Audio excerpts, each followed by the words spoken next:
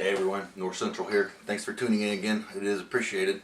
I got up this morning and I decided, well, I'll just go ahead and do a short little video here. We're going to do some dehydrating. If you've seen my earlier dehydrating video on hamburger, I used the Magic Chef, the round one here. This is an old one. I've had it for probably, 20 years or so. I got a new one for Christmas. I've been dying to use it, and I just hadn't had time to get out and do a video. But this morning is a little bit different, and I now have time. So this is the new dehydrator that I got. It's got a nice real tree cover for it. It's made by Weston. It's made by Weston. It's 8 tiers. It's not an Excalibur, but it's a Weston. It's still pretty nice. It still has a nice temperature gauge at the top. It does not have a timer, but that's okay. It's got the temperature gauge, and it's got the different temperature settings for you to use it with meats and poultry and vegetables and fruits and different things like that. One thing that I did notice right away are the trays. They've got these great big holes in them, kind of like the old Magic Chef that I had. And these are kind of made for more or less beef jerky and stuff like that. You can do other things on them, but you got to get covers for them. Well, as cheap as I am, I went out and made covers.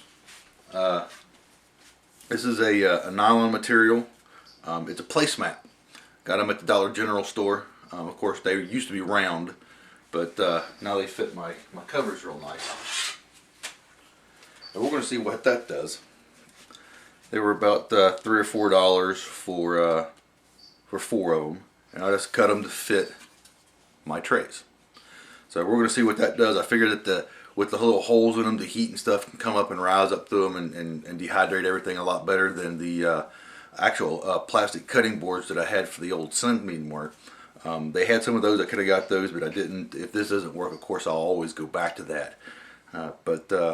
Just wanted to show you that you can you don't have to go out and get online and spend another $40–50 on little tray mats so stuff won't fall through your trays. You can use your brain a little bit and try and come up with different things. Hopefully this will work. Like I said, if it doesn't, I'll spend a few more dollars and I'll go get the plastic cutting boards to put down here on it. But let's get into this. Let's get into what we're going to dehydrate.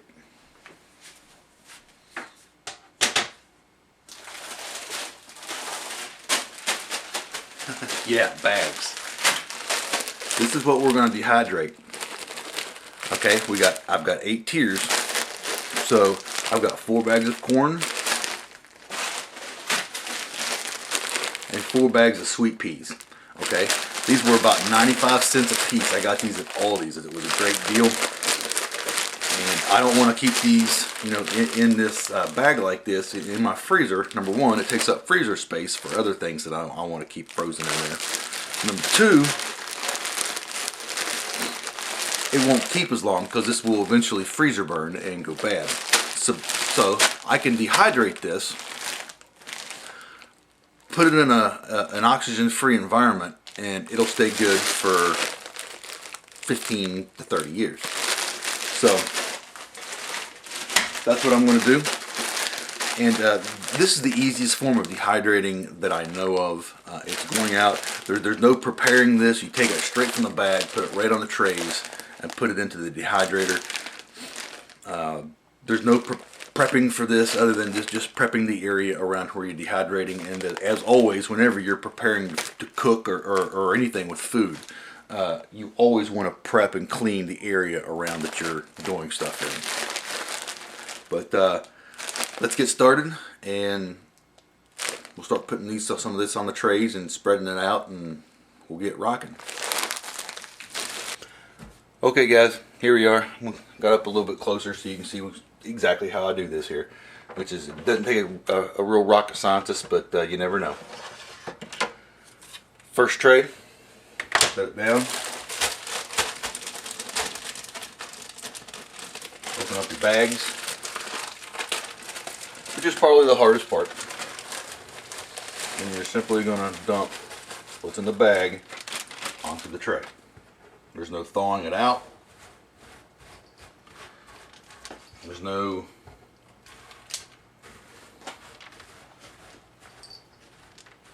preparing it. There's no cooking it. No nothing. Just get it out here.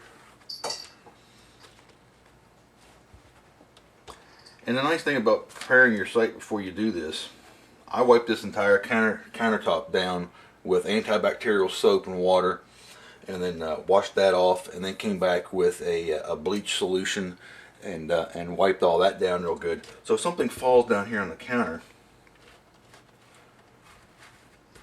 I can pick it up and put it back on here. If you didn't do that, you would, of course, risk putting some type of bacteria or something on your food. And nobody wants to eat bacteria on their food, at least the bad bacteria.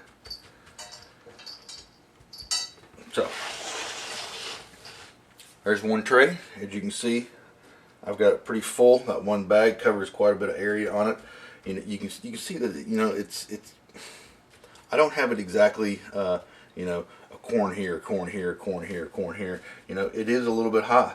The corn does touch. It might be two corn deep, but it's not necessary to do that, especially with this type of dehydrator.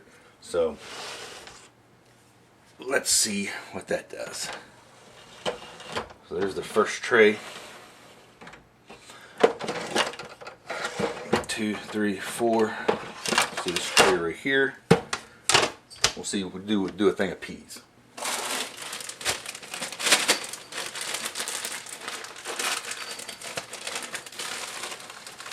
I'm telling you, the hardest part's opening in the bag.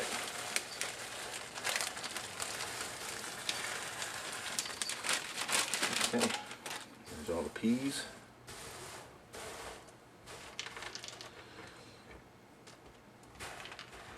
It's always good to have food in your pantries.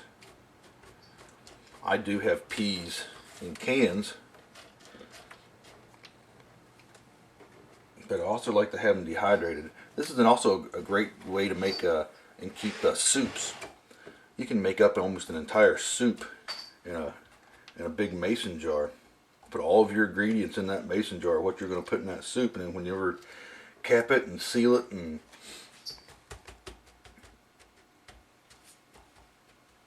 get all the oxygen out of it, and it'll keep for a long, long time. And then the only thing you got to do is open up the mason jar, throw it down in a crock pot or something,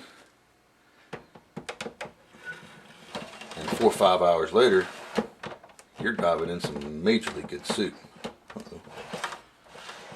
So I'm gonna get the rest of these done, and we'll get back to you. Okay, that is the last tray. Fits in there real nice. All 8 trays filled. 4 pounds of corn. 4 pounds of sweet peas. And again, this is the easiest way of dehydrating anything that I can get. You get it right from the store, come home, stick it in your dehydrator, dehydrate it, and then put it up for storage. Now, one of the nice things about this Wagner is that you can set the thermostat on it. It does have thermostat control. And you can do different temperatures for herbs and bread and yogurt and vegetables and fruit rolls and fruit rolls and meats and fish and poultry and stuff like that. It says here vegetables should be somewhere between 120 and 135 degrees. So I'm going to set this thing somewhere in between that general guideline, okay? And then it's just a matter of turning it on. Now, it is a little bit loud. That's okay. We're going to come back every so hours and give this thing a check. And right now we're going to let it alone and let it do its thing. Okay guys, it's been just about 12 hours. As you can see, the peas are doing real nice. Still got some on the bottom tray that needs to be done. Up here on the fourth tray, this is the top tray for the peas. It's still got some to be done, but for the most part, a lot of them are dehydrated already. The corn, doing not too bad, but the center of it's still really plump back here. This is dehydrated. And then the top tray, it's got a lot to go. So we're 12 hours in. I'm going to let this thing run overnight, and I'll get back to you in the morning and let you know how it is.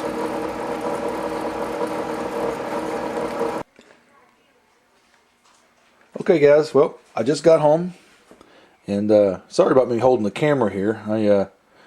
I put my tripod somewhere and it's still there. I haven't figured out where I did it with it yet. But the corn is good and dehydrated. Now before, you saw me in here touching everything and moving stuff around with my fingers. Let me just say that anytime before you touch any of your dehydrated food, always wash your hands very well. And then make sure they're dried very well. You don't want to get any oil off your fingers onto any of this, anything that you dehydrate, and you also don't want to get, if you don't, dry your hands well, any moisture or anything on this. I mean, you just dehydrated it. There's no sense in trying to rehydrate it. If you do that, and one of these little pieces gets too much water in it, whenever you go to store it, it'll start to go bad, and it'll make all the rest of it go bad. So that being said, corn looks really good. The peas look very good. The nylon matting, you can see here the blue here, the nylon matting that I used worked out really well. Didn't let anything fall through, and it didn't melt, which is a good sign. So it worked out really well. All this is nice and dehydrated, all these peas. This is the first tray here. Everything did really well. I'm impressed. So it took, it's about 6 o'clock now, and it took a little over 30 hours. Of course, I left this morning and went to work, but a little over 30 hours, around 31 hours, somewhere in there. But the Weston Dehydrator seemed to work out pretty good. Let me pull this out here so you can see this. The Weston Dehydrator worked out pretty well. There's the manual for it. So the next step, I guess, is to take these drawers out, and I'll be putting all this into a gallon bag, a 1 gallon bag for the corn, and then another one for the peas. And then whenever, in a few days, when I get ready to actually store them for long term, I'll do that. But that's the easiest way that I can do to dehydrate. Get it from the store in bags, put it on here, dehydrate it, and then put it up, and that's pretty much it. So, until next time, this is North Central. Don't be a victim. Be prepared.